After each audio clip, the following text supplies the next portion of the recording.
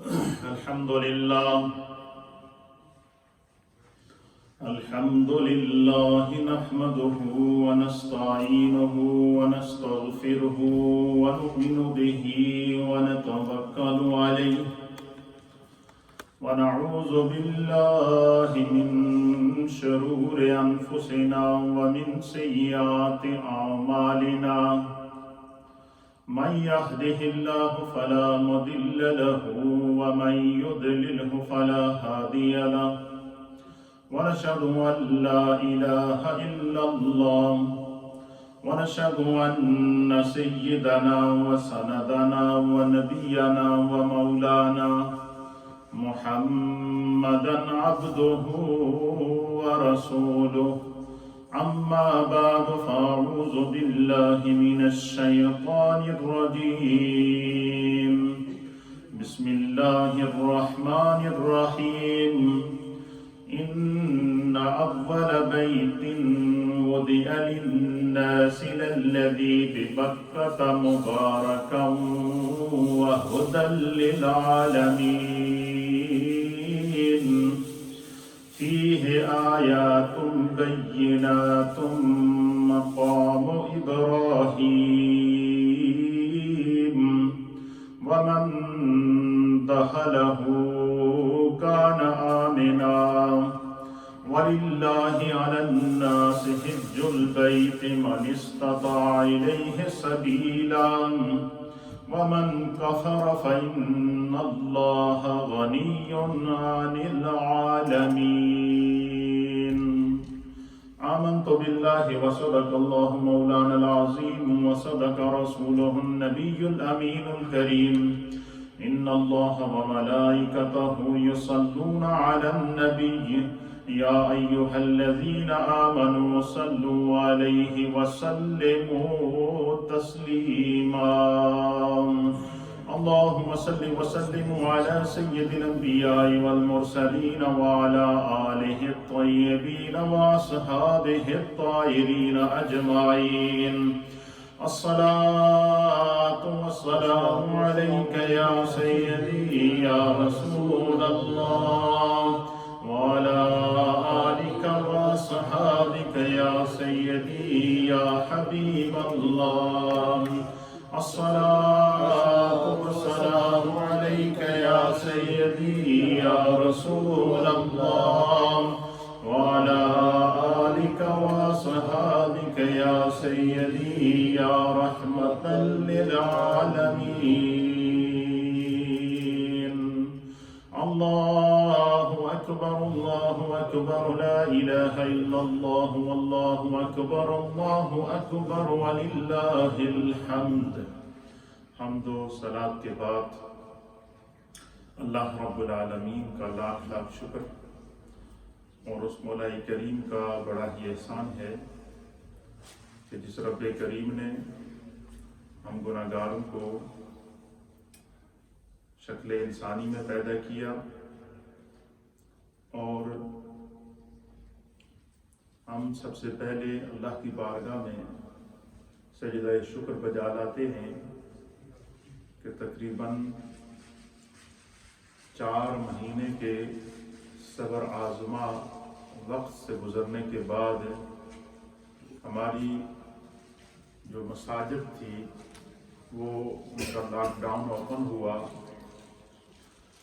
قرآن حکیم فرقان مجید میں اللہ فرماتا ہے کہ وَلَنَبْلُوَنَّكُمْ بِشَيْءٍ مِّنَ الْخَوْفِ وَالْجُوعِ وَنَقْصٍ مِّنَ الْأَمْوَالِ وَالْأَنفُسِ وَالثَّمَرَاتِ۔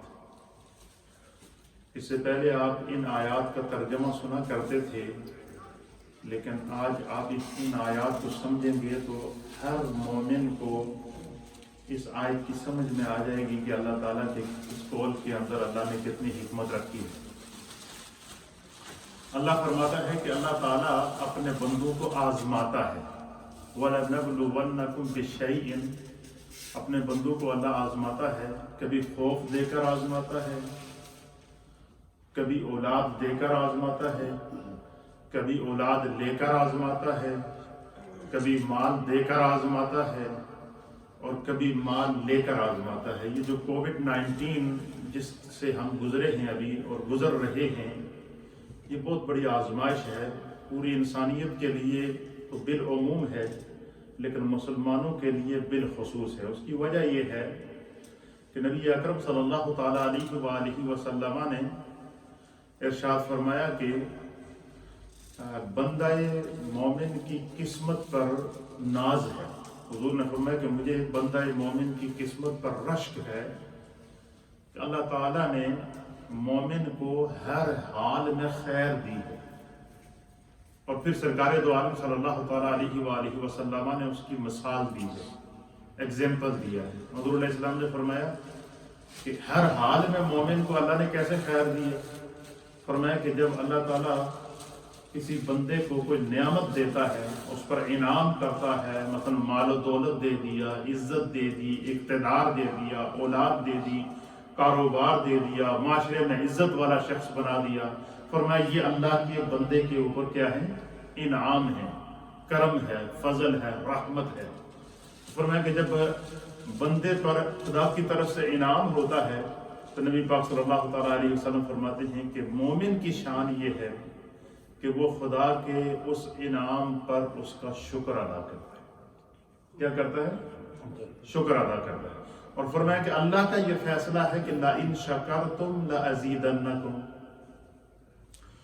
کہ جب اگر تم خدا کی عطا کردہ نعمتوں پر اس کا شکر ادا کرو گے، عاجزی اختیار کرو گے، تمہارے اندر تکبر نہیں آئے گا، غرور نہیں آئے گا، رعونت نہیں آئے گی، فرعونیت نہیں آئے گی، ظلم نہیں آئے گا، جبر نہیں آئے گا، تو پھر کیا ہوگا؟ فرمایا کہ اللہ اتنا مہربان ہے کہ اللہ بندے کے دل کو دیکھ کر، اس کی دل کی کیفیت کو دیکھ کر، اس کی عاجزی کو دیکھ کر، اس کی انکساری کو دیکھ کر کیا کرتا ہے؟ لَأَزِيدَنَّكُمْ، خدا اس میں اور عزتیں دیتا ہے۔ اللہ کیا کرتا ہے؟ اس کو اور عزتیں دیتا ہے۔ کیوں؟ کہ میں نے اس بندے کو نعمت عطا کی تو یہ اس نے اس نعمت کا ناجائز استعمال نہیں کیا۔ میں نے اس بندے کو دولت عطا کی، اس نے اس دولت کو ناجائز صرف نہیں کیا۔ میں نے اس بندے کو اقتدار دیا، اس نے کسی پر ظلم نہیں کیا۔ میں نے اس بندے کو اختیار دیا، اس نے اپنے اختیار کو ناجائز استعمال نہیں کیا۔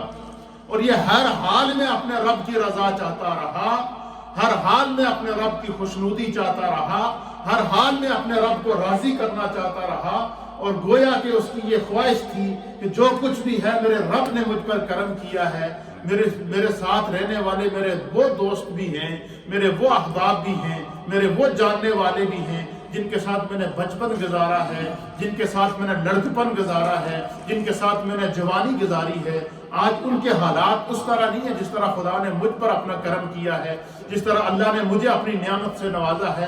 تو حضور نے فرمایا کہ مجھے مومن کی قسمت پر ناز ہے کہ مومن کو جب خدا کرم کرتا ہے، اللہ اس پر نعمت فرماتا ہے، تو خدا کے کرم اور اس کی نعمت کے اوپر کیا کرتا ہے؟ وہ بجائے تکبر کرنے کے، ظلم کرنے کے، زیادتی کرنے کے کیا کرتا ہے؟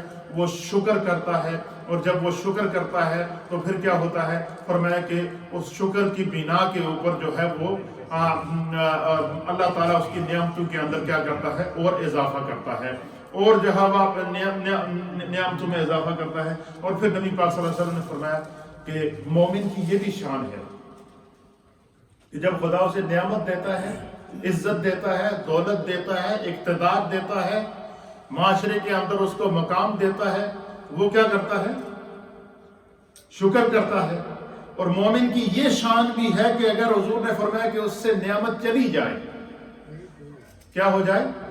اس سے نعمت چلی جائے، آزمائش میں آ جائے، خدا نے اولاد دی تو پیدا ہوتے ہی فوت ہو گئی، اللہ نے اولاد دی تو اولاد کی جوانی کی بہاریں تھی تو اولاد چلی گئی، یا کئی ایسے حادثے کا شکار ہو گیا، کسی ایسی آزمائش کا شکار ہو گیا کہ اپنی آنکھوں کے سامنے اس نے بہت سارے نقصانات مال کی صورت میں، اولاد کی صورت میں، جان کی صورت میں اور مختلف اوقات میں اس کو برداشت کرنے پڑے، تو حضور علیہ السلام نے فرمایا کہ پھر بھی مومن کی شان یہ ہے کہ وہ جب چیز چلی جاتی ہے تو وہ اس پر صبر کرتا ہے۔ کیا کرتا ہے؟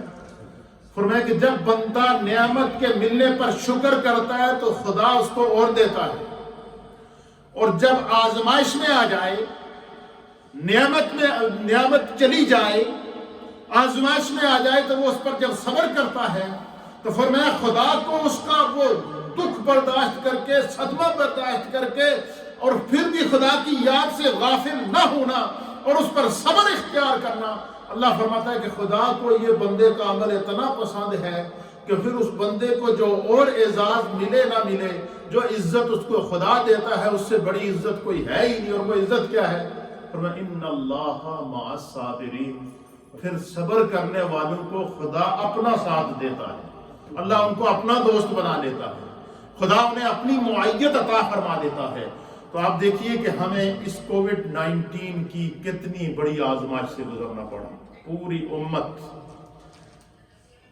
مشکل سے گزری، اور مسلمانان عالم بالخصوص طور پر دیکھیں، آپ دیگر مذاہب کے اندر اگر دیکھیں نا، احاطہ کریں تو آپ دیکھیں گے کہ وہ کوئی ہفتے میں ایک دن جا کر چرچ کے اندر عبادت کر کے وہ اپنا وہ کر دیتے ہیں، کچھ وہ ہیں کہ جو مہینے میں ایک دفعہ جا کے حاضری دے دیتے ہیں۔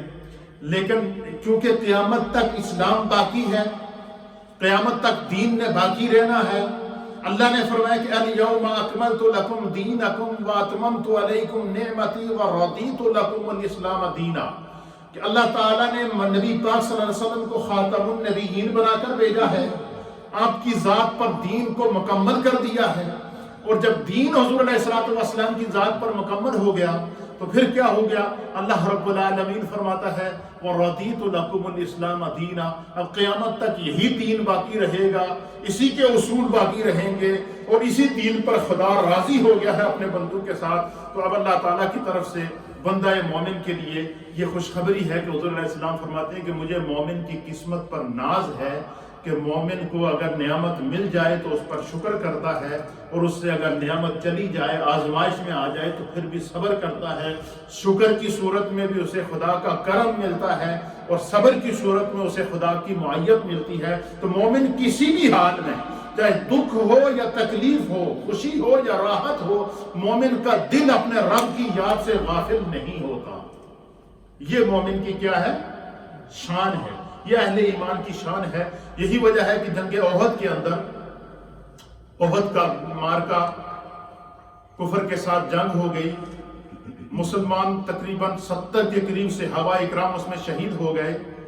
اس احد کے معرکے کے اندر ایک انصار کی خاتون تھی، انصار قبیلہ انصار وہ قبیلہ ہے جو مدینہ طیبہ کے رہائشی لوگ ہیں۔ جب حضور علیہ السلام میں ہجرت کر کے، مائگریشن کر کے آپ جب مکہ سے مدینہ آئے تو اہل مدینہ جو وہاں رہنے والے تھے وہ سارے انصار تھے۔ انہوں نے نبی پاک صلی اللہ علیہ وسلم کی بارگاہ میں اپنی محبتوں کا نذرانہ پیش کیا۔ تو پھر کیا ہوا کہ اس انصار کی ایک خاتون جو تھی، اس جنگ احد کے اندر اس کا شوہر بھی شہید ہو گیا، اس کا والد بھی شہید ہو گیا، اس کا بھائی بھی شہید ہو گیا، اس کے خاندان کے جو سارے افراد تھے وہ سارے کے سارے شہید ہو گئے۔ اب صحابہ اکرام کے اندر ایک پریشانی تھی کہ وہ خاتون، جب پتہ چلے گا رسول کہ اس کے خاندان کے جو ہے وہ تقریباً 5 سے 6 کے قریب افراد جو ہو گئے، وہ کیا ہو گئے؟ شہید ہو گئے، وہ اس غم کو کیسے برداشت کرے گی؟ جب ان کو پتہ چلا، ان کو بتایا گیا کہ جو ہے وہ آپ کے خاندان کے اتنے افراد شہید ہو گئے، تو اس خاتون نے کیا کیا؟ اس نے کہا جی یہ بتاؤ میرے آقا و مولا جناب رسول اللہ صلی اللہ علیہ وسلم کی کیا حال ہے؟ میں حضور کو دیکھنا چاہتی ہوں، میں حضور علیہ السلام کا دیدار کرنا چاہتا ہوں، میں اپنی نظروں سے نبی پاک کو دیکھنا چاہتی ہوں، اس کے بعد میں اپنا رد عمل دوں گی کہ میرا شوہر شہید ہو گیا، بھائی شہید ہو گیا، والد شہید ہو گیا۔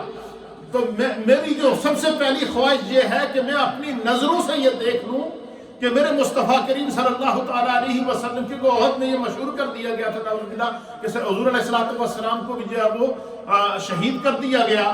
تو حضور علیہ السلام اس خاتون نے کیا کہا کہ میں اپنی نگاہوں سے حضور کا دیدار کرنا چاہتا ہوں۔ اب تاریخ اسلام نے اس واقعے کو نقل کیا، 1400 سال گزر چکے ہیں، اسلام اس کی ایثار کی بھی مثال دیتا ہے، اس کی آزمائش کی بھی مثال دیتا ہے، اس کے صبر کی بھی مثال دیتا ہے کہ مومن کسی بھی حال میں اپنے رب سے جدا نہیں ہوتا۔ اس کووڈ-19 نے ہمیں بہت سارے سبق دیے ہیں۔ انسان کو، مسلمان کی یہ نیچرل ہے کہ ہمیں جو ہے وہ کیا کرنا چاہیے، سیکھنا چاہیے۔ اس کووڈ-19 نے ہمیں بہت سارے سبق دیے ہیں۔ پہلا سبق یہ دیا ہے کہ انسان کو عبادات میں سستی نہیں کرنی چاہیے۔ جو عبادتیں اللہ نے ہم پر فرض کی ہے، نمازوں کی صورتوں میں، جمعوں کی صورتوں میں، حقوق العباد کی صورتوں میں، حقوق اللہ کی صورتوں میں، اللہ تعالیٰ نے جو بندہ مومن کو جب یہ زندگی کا کوئی پتہ نہیں، کہتے آگاہ اپنی موت سے کوئی بشر نہیں، ساما ہے 100 برس کا پل کی خبر نہیں۔ اب مجھے بتائیں کہ قرآن کریم فرقان مجید کی جو آیت میں نے آپ کے سامنے تلاوت کی ہے، چوتھا پارہ ہے، پارہ نمبر 4 ہے، سورہ نمبر ہے 3، اور اس کی جو آیت نمبر ہے سورہ آل عمران کی آیت نمبر ہے 96۔ اس میں اللہ رب العالمین نے فرمایا کہ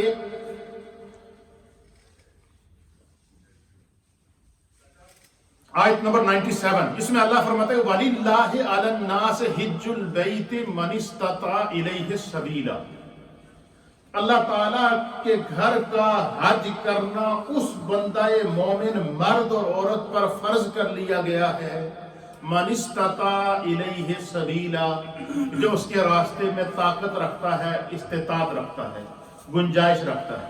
اب ہمارے ہاں نیچرل انسانوں کی یہ ہے کہ ہم یہ سوچتے ہیں کہ بھائی ہم حج کے لیے جائیں گے تو ہمارے اتنے 4، 5، 6 ہزار پاؤنڈ لگ جائیں گے، تو اتنا پیسہ خرچ ہو جائے گا، ہمارا بینک بیلنس ختم ہو جائے گا۔ پہلی بات تو یہ ہے کہ انسان مومن کی سوچ یہ ہونی چاہیے کہ میں تو اس قابل تھا ہی نہیں، میرے رب نے مجھے اتنی دولت دے دی ہے۔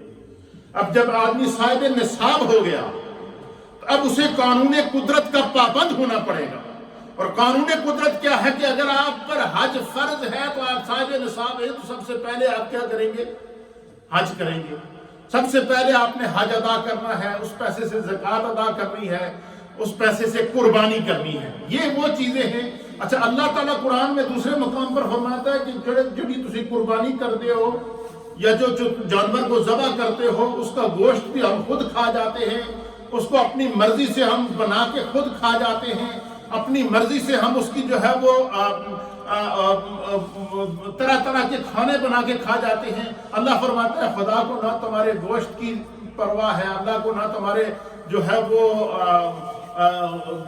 اللہ صرف تمہارے دل کے تقوی کو دیکھتا ہے۔ تو اس لیے جب بندہ مومن پر حج فرض ہو جائے تو اس میں ہمیں سستی نہیں کرنی چاہیے۔ یہ درس ہمیں کس نے دیا؟ کووڈ-19 نے دیا۔ اس کی میں ایگزامپل آپ کے سامنے پیش کرتا ہوں۔ مجھے بتائیں اس کووڈ-19 کا کتنے لوگ شکار ہوئے؟ یہ تعداد ہزاروں میں نہیں ہے، لاکھوں میں ہے۔ لاکھوں کی تعداد میں لوگ کیا ہوئے ہیں؟ کووڈ-19 کا لقمہ بن گئے، فوت ہو گئے۔ اس میں ہزاروں کی تعداد میں مسلمان ہیں۔ اچھا، ہزاروں کی تعداد میں وہ مسلمان ہیں جو کووڈ-19 کا شکار ہوئے اور اس دنیا سے چل بسے۔ ان کا بینک بیلنس بھی موجود تھا، ان کے پاس دولت بھی موجود تھی، ثروت بھی موجود تھی، لیکن اب خدا کی آزمائش جب آئی تب ہم نے اس کووڈ-19 سے کیا سیکھا ہے؟ مجھے بتائیں کہ اگر کوئی بندہ کھرب پتی ہو، اور ہیں اس دنیا کے اندر اس وقت موجود ہیں یا نہیں ہے، اکراس دا بورڈ، اس کا تعلق کسی بھی مذہب سے ہو، کسی بھی دین سے ہو، لیکن دنیا میں بڑے بڑے دولت مند ہیں یا نہیں؟ دنیا میں تو یہ بھی فہرست شامل کی گئی کہ دنیا کا جو 1 نمبر دولت مند ہے، جو پوری دنیا میں سب سے بڑا دولت مند ہے، وہ کون ہے؟ اس کا نام بھی آج نیٹ کے اوپر موجود ہے یا نہیں ہے؟ اچھا، ساری دنیا کے بڑے دولت مند موجود ہیں، کچھ ایسے دولت مند ہیں کہ جن کو اپنی دولت کا حساب ہی نہیں ہے، لیکن جب خدا کی آزمائش آئی تو ہم نے اس کووڈ-19 سے کیا سیکھا؟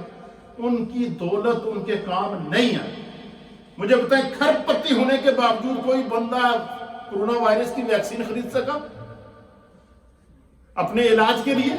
نو، جواب ہے نو۔ کھرب پتی ہونے کے باوجود کوئی بندہ کورونا وائرس کے علاج کے لیے کوئی گولی خرید سکا؟ نہیں۔ بینک بھرا ہوا ہے، دولت کا حساب نہیں ہے، لیکن دولت کام نہیں آ رہی۔ دولت اس وقت کام نہیں آ رہی ہے۔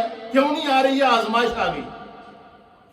آزمائش کیوں آئے گی؟ کہ انسان کو جب خدا عزت دیتا ہے، دولت دیتا ہے، اقتدار دیتا ہے، اختیار دیتا ہے، تو بندہ اپنے اختیار کا ناجائز استعمال کرتا ہے۔ اس وقت across the board hall world دنیا کے اندر تقریباً 203 سے زائد کنٹریز ہیں۔ یہ جو اس وقت جو ورلڈ ہے یہ 203 یا 204 یا اباؤٹ 200 کنٹریز میں ڈیوائیڈ ہے۔ ورلڈ ہال ورلڈ 200 سے زائد کنٹری کے اندر ہے یا نہیں ہے؟ 200 سے زائد کنٹری کے اندر یہ پورا ورلڈ ڈیوائیڈ ہے، لیکن کتنے وہ لوگ تھے جن کے اوپر حج فرض تھا، لیکن کرونا وائرس کی آزمائش نے ان کو موقع ہی نہیں دیا۔ یہ جو سیکھنے کی بات ہے، یہ میں بالکل لاجک انداز میں بالکل نیچے آ کر میں آپ کے سامنے یہ گفتگو کر رہا ہوں تاکہ ہمیں پتہ چل سکے کہ جو اللہ کی طرف سے آزمائش آتی ہے ہمیں ان سے سیکھنا چاہیے۔ ہمارے یہ نہیں ہوتا کہ اصلاحی گفتگو کو لوگ پسند نہیں کرتے، لیکن یہ چیز بڑی ضروری ہے، ہر چیز سے بندہ مومن کو سیکھنا چاہیے۔ اب مجھے یہ بتائیں کہ اس وقت ابھی تھوڑا سا کرونا وائرس کا جو دباؤ تھا یہ تھوڑا سا کم ہوا، اس وقت بھی یہ کرنٹ سچویشن پر میں گفتگو کر رہا ہوں، اس وقت بھی دنیا میں کتنے لوگ ہیں جو بہت اللہ نے ان کو دولت دی ہے، ثروت دی ہے، عزت دی ہے، ابھی بھی ان کا بینک بیلنس موجود ہے اور وہ حج کر سکتے ہیں، لیکن اس دفعہ کیا حالات ایسے پیدا ہو گئے کہ اب سعودی گورنمنٹ کی طرف سے یہ پابندی لگ گئی کہ سعودیہ سے آؤٹ جو ہے جتنے بھی دوسرے ممالک کے لوگ مسلمان ہیں وہ اس سال حج کے لیے نہیں آئیں گے۔ پیسہ ہے، حج بندہ نہیں کر سک رہا، اس سے بڑی آزمائش اور کیا ہوگی؟ دولت ہے، بندہ حج نہیں کر سکتا، کیوں؟ اب اللہ نے قید لگائی تھی، یہ قرآن کریم فرقان مجید پارہ نمبر 4 ہے، سورہ کا نام ہے سورہ آل عمران اور اس کی آیت نمبر ہے 97۔ پارہ 4 سورہ نمبر 3 ورس نمبر 97۔ اللہ فرماتا ہے وَلِلَّهِ عَلَى النَّاسِ حِجُّ الْبَيْتِ مَنِ اسْتَطَاعَ إِلَيْهِ سَبِيلًا۔ فرمایا اللہ نے غریبوں پر حج فرض نہیں کیا، ضرورت مند پر حج فرض نہیں کیا، لیکن جب خدا نے تمہیں دولت دی ہے، اللہ نے عزت دی ہے، خدا نے ثروت دی ہے، خدا نے سب کچھ دیا ہے، اس کے باوجود اگر ہم نے سستی کی اور حج نہیں کیا، آج ہمارے پاس دولت موجود ہے، ہاں حج کے لیے نہیں جا سکتے۔ اور یہی کنڈیشن ہماری صرف حج کے لیے نہیں ہے، یہ ہماری سستیاں قربانیوں کے اندر بھی ہو رہی ہیں، یہ ہماری سستیاں زکوٰۃ کی ادائیگی میں بھی ہو رہی ہیں۔ اور وہ کون سا مسلمان ہے جو یہ دعویٰ کر سکتا ہے کہ اس کووڈ-19 میں میرے اوپر کوئی آزمائش نہیں آئی؟ اس سے بڑی آزمائش کوئی ہوگی کہ ہمارے لیے اللہ نے اپنے گھر کے دروازے بند کر دیے؟ اس سے بڑی کیا آزمائش؟ یہ رونے کا مقام ہے، سوچنے کا مقام ہے، یہ ہم سب کو سیکھنے کا مقام ہے۔ اس لیے جب بھی کوئی خدا کی طرف سے آزمائش آئے، کووڈ-19 کی صورت میں ہم نے کیا سیکھا کہ ہم نے فرائض میں سستی نہیں کرنی، زندگی کا پتہ نہیں ہے۔ ہزاروں مسلمان اس کووڈ-19 میں چلے گئے، ان کے پاس دولت بھی موجود تھی، ثروت بھی موجود تھی، بینک بیلنس بھی موجود تھا، لیکن حج نہیں کر سکے، قربانی ادا نہیں کیا۔ اچھا قربانی کیا ہے؟ گائے کا ایک حصہ زیادہ سے زیادہ 70 پاؤنڈ، 75 پاؤنڈ، 80 پاؤنڈ، یہ ایک حصے کا ہے۔ کتنا ہے؟ یعنی 80 پاؤنڈ کے ساتھ ہماری قربانی ادا ہو جائے گی۔ ہم اللہ تعالی ہم اپنی دولت میں سے 80 پاؤنڈ کا ایک حصہ ڈال کے، اچھا یہ بھی حکم ہے کہ تم چاہو تو وہ گوشت خود ہی کھا لو۔ اللہ تعالیٰ گوشت تو نہیں کھاتا نا، خدا تو کھانے سے پاک ہے، لیکن بندہ مومن کا کام ہے احکام الہی کو فالو کرنا۔ ہم اس میں سستیاں کرتے ہیں، پھر ہم آزمائش میں آ جاتے ہیں، پھر جو ہے وہ پھر بندے کو احساس ہوتا ہے۔ لیکن ہمارے بزرگ یہ بھی کہہ گئی کہ جب چڑیاں چگ گئی کھیت تو بعد میں ڈھول بجانے کا کوئی فائدہ نہیں۔ اس لیے قبل کہتے ہیں کہ نبی پاک صلی اللہ علیہ وسلم کی ایک حدیث کا مفہوم ہے، حضور نے فرمایا کہ نماز پڑھو۔ کیا فرمایا؟ نماز پڑھو قبل اس کی کہ تمہاری نماز پڑھی جائے۔ اب یہ دو ورڈ ہیں،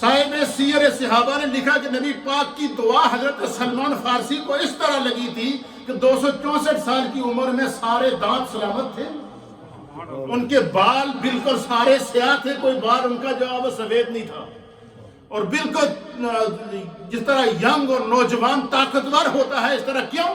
کہ ان کو خدا نے ایمان کی طاقت عطا فرمائی تھی، انہوں نے اپنی زندگیوں کو تبدیل کیا ہے. اس لیے میرے دوستو، میرے بزرگوں، ہم نے اس کووڈ-19 سے بہت کچھ سیکھا ہے. سیکھنے والوں کے لیے بہت کچھ ہے، اور جو نہ ماننا چاہے تو ایک ہمارے بزرگوں نے ایک بڑا آسان فارمولہ دیا ہے اور وہ بڑا پیارا ہے. کہتے ہیں نہ ماننے کا کوئی علاج ہی نہیں. یہ بات کہتے ہیں نہیں، بزرگ لوگ جب سمجھاتے رہتے ہیں بچوں کو تو وہ اگر نہ سمجھیں تو کوئی ان کو جب کہے تو وہ پھر آخر میں تنگ آ کر ہی کہتے ہیں کہ نہ ماننے کا تو کوئی علاج ہی نہیں ہے. اب نہ ماننے کا کوئی علاج نہیں ہے، لیکن جب خدا بندے قدوس کی طرف سے ہمیں یہ آزمائش میں ڈالا گیا، اب ہم نے اس سے کیا سیکھنا ہے کہ زندگی کا بھروسہ. ہزاروں لوگ اس کووڈ-19 کا شکار ہو کے چلے گئے، ان کے ذمہ حج فرض تھا نہیں کر سکے، ان کے پر زکوٰۃ فرض تھی نہیں ادا کر سکے، قربانی فرض تھی نہیں ادا کر سکے، سستیاں کرتے رہے. اس لیے زندگی کا کوئی بھروسہ نہیں ہے، سب کچھ ادھر رہ جائے گا. تو کسی صاحب دل نے کہا تھا نا کہ اس رنگ بدلتی دنیا میں انسان بدلتے رہتے ہیں. اس رنگ بدلتی دنیا میں انسان بدلتے رہتے ہیں، گھر ایک ہی ہوتا ہے، مہمان بدلتے رہتے ہیں. آج جس گھر میں ہم رہ رہے ہیں، اس سے پہلے ہمارے والد رہ رہے تھے، اس سے پہلے ان کے والد رہ رہے تھے، اس سے پہلے ان کے والد رہ رہے تھے. پتہ نہیں کتنی صدیوں سے یہ زمینیں چلی آ رہی ہے. آپ اسی یوٹی کے اندر دیکھیں نا، جو تاریخی عمارات ہیں ان کو آپ دیکھیں، پتہ چلتی ہے جی یہ 200 سالہ پرانی عمارت ہے، یہ 500 سالہ پرانی عمارت ہے، یہ 600 سالہ پرانی عمارت ہے. تو 600 سال، اور ہم جس اسلام اور جس دین کو ماننے والے ہیں 1400 سال سے اللہ کے حبیب علیہ السلام خاتم النبیین بن کر ہمیں جو وہ اپنی سیرت کو کائنات کے لیے ایگزامپل بنا کر گئے ہیں. تو اس لیے حضور علیہ السلام نے فرمایا کہ جس شخص پر حج فرض ہو اور وہ اس کے باوجود سستی کرے اور حج نہیں کر سکا اور وہ دنیا سے چلا گیا، حضور نے فرمایا کہ یہ اللہ ہی جانے کہ وہ یہودی ہو کر مرا یا کہ نصرانی ہو کر مرا.